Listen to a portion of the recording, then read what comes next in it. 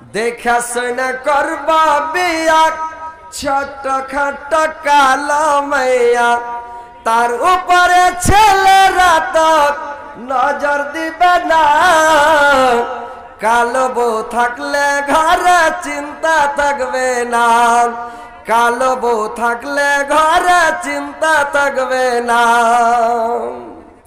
নানান কাজে যাব যখন হৃদয় জুড়ে থাকবা তখন নানান কাজে যাব যখন হৃদয় জুড়ে থাকবা তখন যাবে রাসে আমায় ছাড়া ঘর সংসার ভাঙবে না কালো বউ থাকলে ঘরে চিন্তা থাকবে না কালো বউ থাকলে ঘরে চিন্তা থাকবে না সুন্দর বউ হলে পারে ধল ধল বউ হলে পারে গ্রামের ছেলেরা আসবে ঘরে জাতি ধর্ম চুলাই যাবে মান সম্মান বাঁচবে না কালো বউ থাকলে ঘরে চিন্তা থাকবে না কালো বউ থাকলে ঘরে চিন্তা থাকবে না তো ভাই দেখে শুনে ভালো বিয়ে করবেন আর স্ত্রীটা ভালো নেবেন তার মধ্যে পরহেজগারি থাকে ইমানদার হয় নমাজি হয় রোজাদার হয় তাহলে আপনার স্ত্রী আপনার সেবা তাবেদারি খিদমত করবে নাকি আর যদি ওর ভিতরে দিন না থাকে পরহেজগারি না থাকে আপনার সেবা করবে আপনার কথা শুনবে আপনাদের বিহারে তো বেড়ি বাঁধা চলে না আমাদের বাঙালে বেড়ি বাঁধা চলে ভাই তো যদি স্ত্রীটাকে বলে রে এক গ্লাস পানি লে তো কল থেকে যাও না যে তুমি লিয়ে চলে এসো না তুমি দেখতে পাচ্ছ মারচান চলে এসো আমি ধরফড় করছি পানি গেলে লিয়ে এসো আবার ওকে পানি আনতে বেঠাবে দুটা ভাত খেতে দে রে দেখো তো সব থালি টালি ধোয়া আছে পানি আনা আছে তুমি দুটা খুলে খেতে পারবে না জি দেখছো যে হাতে বেঁড়ে আছে ওর দুটা খুলে খেয়ে নাও আর দুটা খুলে তো এই সব মেয়ে যদি মূর্খ মেয়েকে বিয়ে করেন আমরা বলি মূর্খ বাঙালির লোক আর আপনারা বিহারের লোক বলেন মুরুগ নাকি তো মুরুগ বলছেন তো এরকম মানে এই সব মেয়েকে বিয়ে করলে অশান্তি হবে তো ভাই ভালো মহিলাকে বিয়ে করেন এবার শোনেন যে আমি আয়াত পরিবেশন করেছি হাজরাতে আইয়ুব আলাইহিস সালামের ঘটনা একটু বলবো আপনাদেরকে বিবি রহিমা সম্পর্কে যে বিবি রহিমা কেমন গুণবতী ছিলেন কেমন চরিত্রবান ছিলেন কেমন ভালো মহিলা ছিলেন আর স্বামীর সেবা কেমন করে করেছেন আর এখনকার স্ত্রী কেমন করে সেবা করছে শুনলেই বুঝতে পারবেন তাহলে শুনেন তাহলে বুঝতে পারবেন যে কেমন যে হাজরাতে আইয়ুব আলাইহিস সালামকে যখন আল্লাহ পাক বেমারি দিলেন বেমারি হয়ে গেল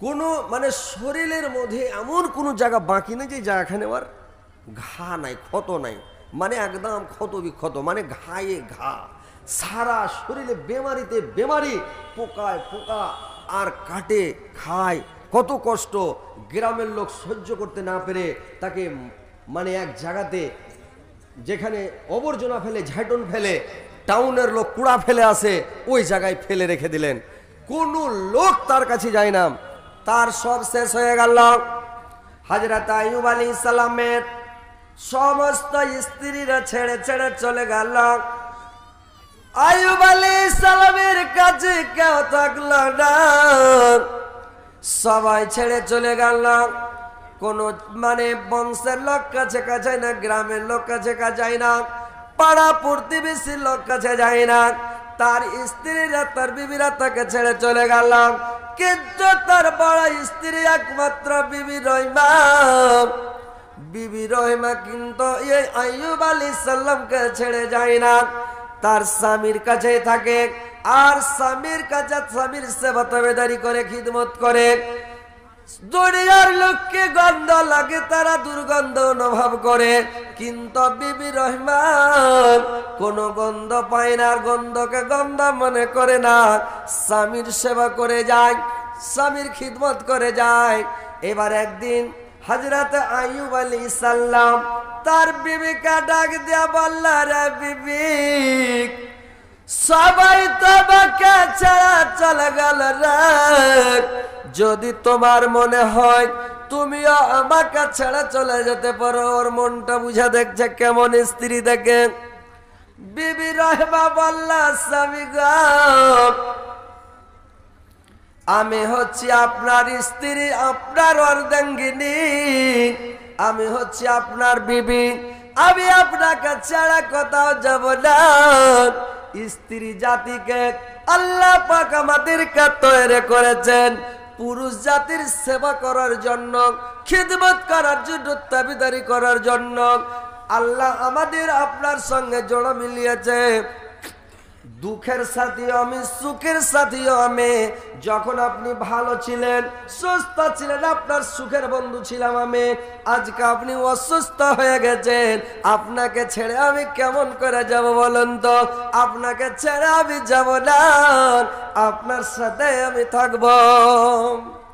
এখনকার স্ত্রী খালি একজনের বিছানে পড়ে দেখেন, খালি 2-4-8 দিন পড়ে থাকেন, আর শরীরে যখন শুকিয়ে যাবে, কঙ্কল হয়ে যাবে, ওর স্ত্রীটা যদি সামনেও না বলে, ঝ্যানম্যান করবে, দাঁত ঝাড়া দিবে, কিন্তু অন্য মেয়ে ছেলের সামনে গল্প করবে, আরে বাবু একে বিহা করে জীবনে সুখ পেল না,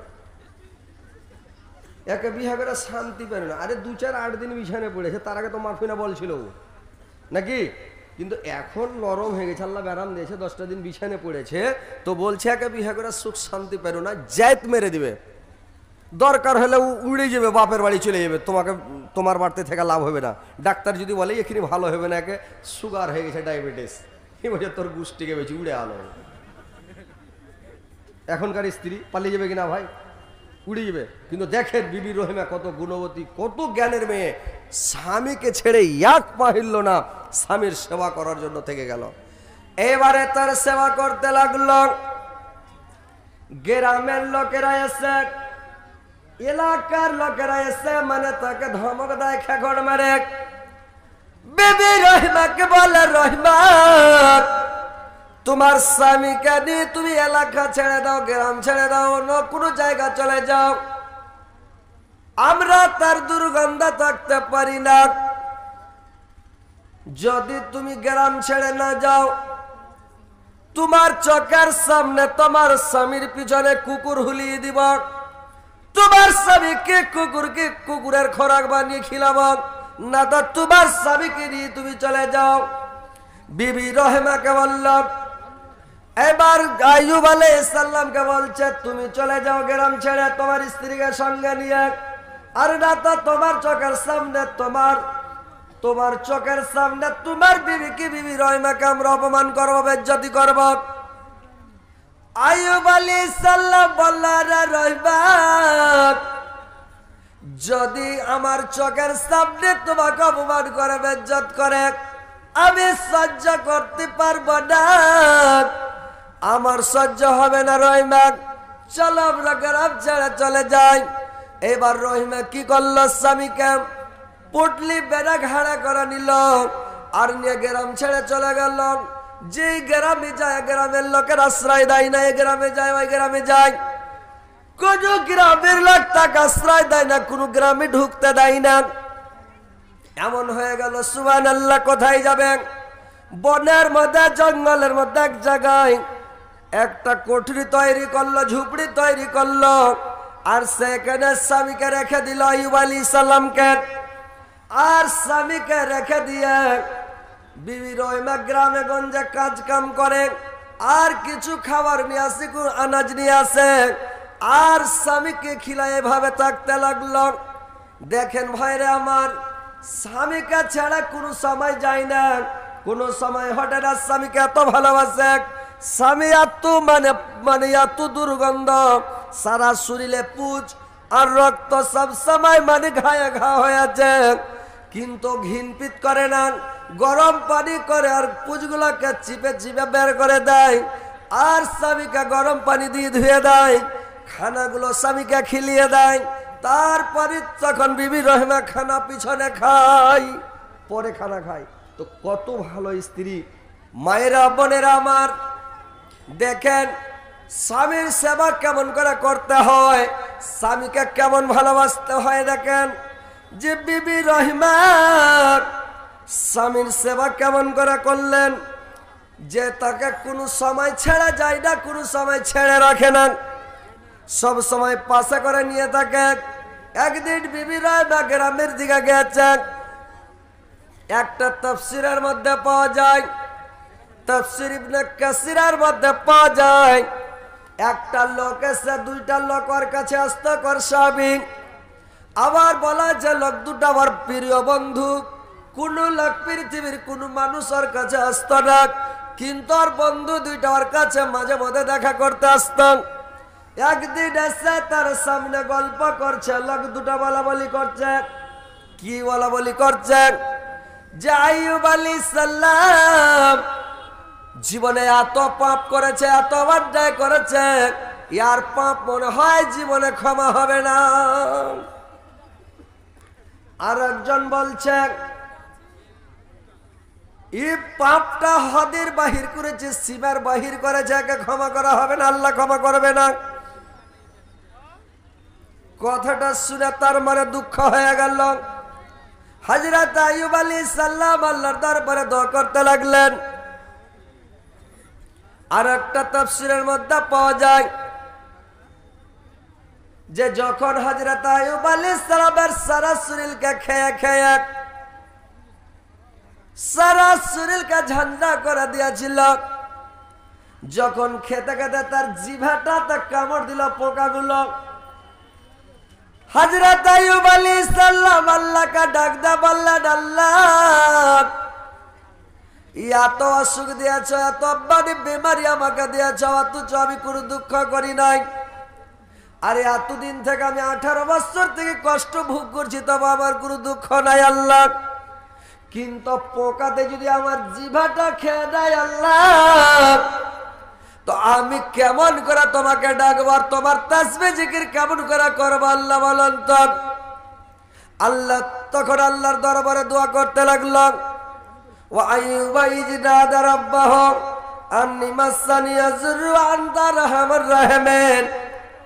স্মরণ করুন আমার আইয়ুবের কথা, যখন তার পালন কর্তাকে আহ্বান করে বলল, আল্লাহ আমি দুঃখে কষ্টে পতিত হয়েছি, আর তুমি দয়াবান্দার বান্দা সর্বশ্রেষ্ঠ দয়ালু।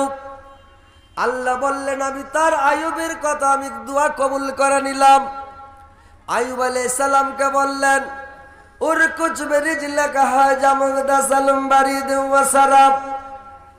বলল তুমি মাটিতে পায়ের এড়ি মারো, মাটিতে গুতকা মারো, মাটি তল থেকে শীতল পানি ঠান্ডা পানি বের হবে, ওই পানিতে তুমি গোসল করো, তুমি ভালো হয়ে যাবে। যেমন ওই পানিতে গোসল করলেন হযরত আইয়ুব আলাইহিস সালাম, তার সারা শরীর ভালো হয়ে গেল। মানে আগে যেমন ছিল সেম টু সেম, সঙ্গে সঙ্গে তেমন হয়ে গেল। সব রোগ বালা মুসিবত ভালো, আর কোন রোগ নাই, একবারে ভালো হয়ে গেলেন। ভাইরে আমার, এবার বিবি রহিমা গ্রাম থেকে এসেছে। গ্রাম থেকে এসে যদি দেখছে তো লোকটা কুড়ার মধ্যে নাই, চাল খুপড়ির মধ্যে নাই।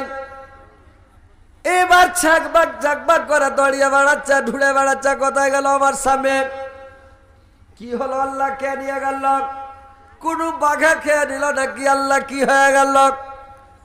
এবার কাঁদছে, দড়িয়ে বেড়াচ্ছে, আর বলছে আল্লাহ এতকাল আমার স্বামীকে আমি গলার তাবিজ করে রাখলাম, আমি সব সময় বুকে করে রাখলাম। আজকে আমার স্বামী কোথায় চলে গেল? কোন বাঘে খেয়ে নিল নাকি? বাঘ রাখ আগে আমাকে খেয়ে নিত ভালো হতো, কিন্তু আমার স্বামীকে কেন কেলে কেঁদে কেঁদে দড়িয়ে বেড়াচ্ছে। আইয়ুব আলাইহিস সালাম একটু দূরে দাঁড়িয়ে আছে। হযরত আইয়ুব আলাইহিস সালাম দেখছে আর মুস্কি মুস্কি হাসছে, যে রহিমা দড়িয়ে বেড়াচ্ছে আর কেঁদে বেড়াচ্ছে। কানতে কানতে লাস্টের বেলা বিবি রহিমা চলে গেল ওই আইয়ুব আলাইহিস সালামের কাছে। যা বলছো গো লোক বলো তো, তুমি এখানে কতক্ষণ থেকে আছো? বললে আমি কিছুক্ষণ থেকে আছি। বললে এই ঝুপড়ির মধ্যে, এই খপড়ার মধ্যে একটা লোক ছিল, বেমারি লোক, দুর্বল লোক, অচল লোক, অসহায় লোক। ওই লোকটাকে কি তুমি দেখেছ? বলে লোকটা দেখতে কেমন ছিল? বিবি রহিমা বলল, শুনেন, আমার স্বামী যখন ভালো ছিল, সুস্থ ছিল, ঠিক দেখতে আপনার মতো ছিল, সেম টু সেম কিছু মিল আছে, আপনার সঙ্গে মিলে যাচ্ছে, মানে আপনার মতোই ছিল আমার স্বামী। আইয়ুব আলাইহিস সালাম বললেন, আমার দিকে ভালো করে একটু দেখো তো। দেখছে বিবি রহিমা যে ঠিক এটা তো আইয়ুব, দড়িয়া গিয়া জড়িয়া ধরে রেখেছে স্বামী গো। আইয়ুব আলাইহিস সালাম তার স্ত্রীকে জড়িয়া ধরেছে রে রহিমা।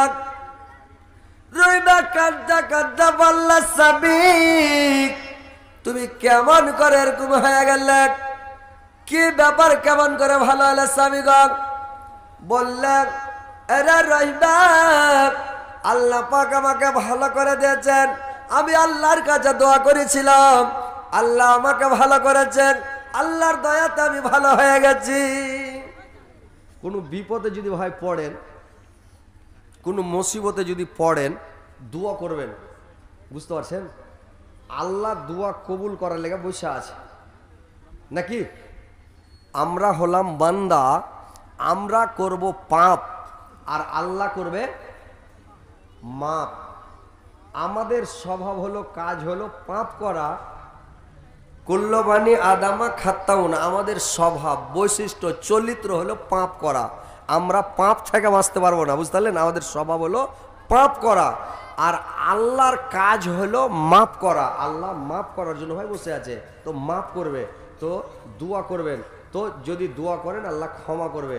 তো একটু বেমারি যখন হলো, আল্লাহর কাছে দোয়া করেন, আল্লাহ বেমারি দিও না আল্লাহ, বা অসুখ দিও না আল্লাহ, দোয়া করেন তো আল্লাহ কবুল করবে।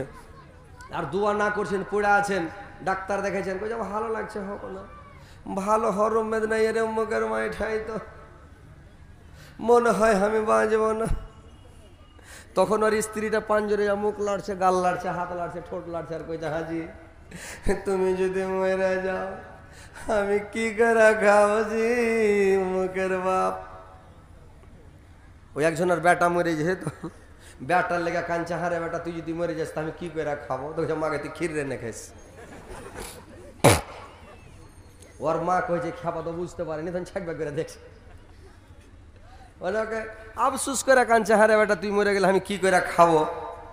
তোকে সান্ত্বনা দিতে হতো মাকে, দেখ যদি মরে যায় তোকে আল্লাহ খিলাইবে, বা আরও তো ভাই বোন আছে, তুই হার লেগে দোয়া করিস মা যাতে আমি ভালো হয়ে যাই, বা আল্লাহকে ভালো করুক, দোয়া কর। আর যদি মরি যায় মা, তো আর ভাই বোন আছে, ওরা গেলে সাবুর করবে, ওরা গেলে থাকবে, ওরাই খিলেবে নাকি? তো এই কথা খ্যাপা বুঝতে পারেনি। ও আর খেল যে, হারে বেটা তুই যদি, তুই হার বড় বেটা, তুই যদি মরে যাস তা আমি কি করে খাবো? এ বেটা রে, তাই মাকে তুই ক্ষীর রেনে খাইস। তোর মা কানা বন্ধ করে দিল, করে ওই সাজ। তো ওইরকম ওই মায়া লোকটা ওর পুরুষের মুখ লাড়ছে আর গাল লাড়ছে, আর কয়েছে, হ্যাঁ যে তুমি যদি মরে যাও যে মুখের বাপ, তা আমি কি করে খাবো যে? তখন লোকটা তো ডাক্তার কয়ে দিয়েছে বাঁচবে না, অচল হয়ে গেছে। ই তখন কইছে, তুই বেড়ি বেনা খাস। এটাকে, এটা এটা তোমার ওই লেগে, এটা সাংঘাতিক বাবার যে কহিলি হয়, এইওয়ালা ফের আসবে, কবে হাতটা একটু ছেড়ে দাও। এবার কইছে তুই বেড়ি বেনা খাস, কইছে ওগুলা করে খাইতে পারবো না যে অম্মকের বাপ। তাহলে তুই ক্যাথা সিলিয়া খাস, কইছে ওগুলা করে খাইতে পারবো না যে অম্মকের বাপ। বলে তুই লোকের পাট ছড়িয়া খাস, কইছে ওগুলা করে খেতে পারবো না যে অম্মকের বাপ। বেমারি লোক বিছানে পড়ে আছে, যেটা পিলপিলা হয়ে গেছে, আর মন খারাপ হইয়া কইছে, তুই একটা সুন্দর ছোড়া দেখে বিয়ে করে লিস রে অম্মকের মা। তখন স্ত্রীটা খুশি হয়ে কইছে, এতক্ষণে ভালো কথাটা কহিলে যে অমুকের বাপ, এতক্ষণে মন ভরা কথাটা কহিলে যে অমুকের বাপ, শুনা মনটা শান্তি হয়ে গেল যে অমুকের বাপ। হু কইছে সুবহানাল্লাহ, বিয়ে করার লালিয়ে ছিল নাকি রে? আমি এখানে মরিনি, তাতেও মানে খুশি। তো ওইরকম তো কথা হচ্ছে ভাই, যে মানে স্ত্রী রহিমার মতন স্ত্রী হতে হবে। মা বোনেরা তোমরা যারা আছো, স্বামীকে দেখো বিবি রহিমার মতন, আর আপনারাকে দেখতে হবে একেবারে ভালোবাসতে হবে, ভালোবাসা দিতে হবে।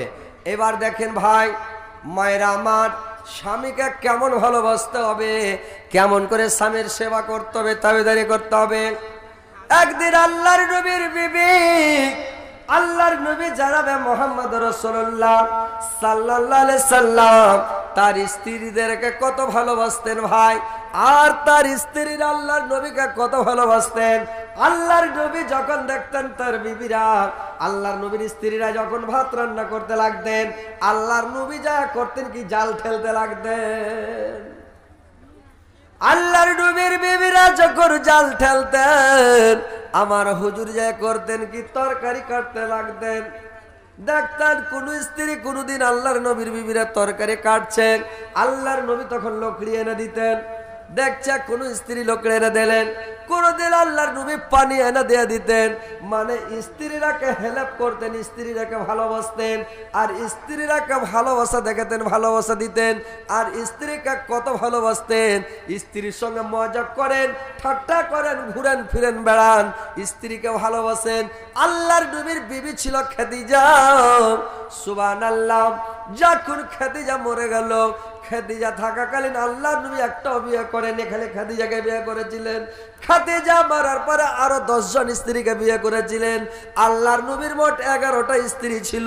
তো ভাইরে আমার, আল্লাহর নবী যখন কোন সভাতে, কোন মজলিসে, কোন জায়গাতে যখন বসে থাকতেন, আল্লাহর নবীর সভায় কোন মানুষ যখন খাদিজার নামটা খালি উচ্চারণ করতেন, খাদিজার নামটা যখন কেউ নিয়ে নিতেন, আল্লাহর নবীর সমস্ত কাজকর্মগুলোকে, মানে সমস্ত গল্পকে বন্ধ করে দিতেন।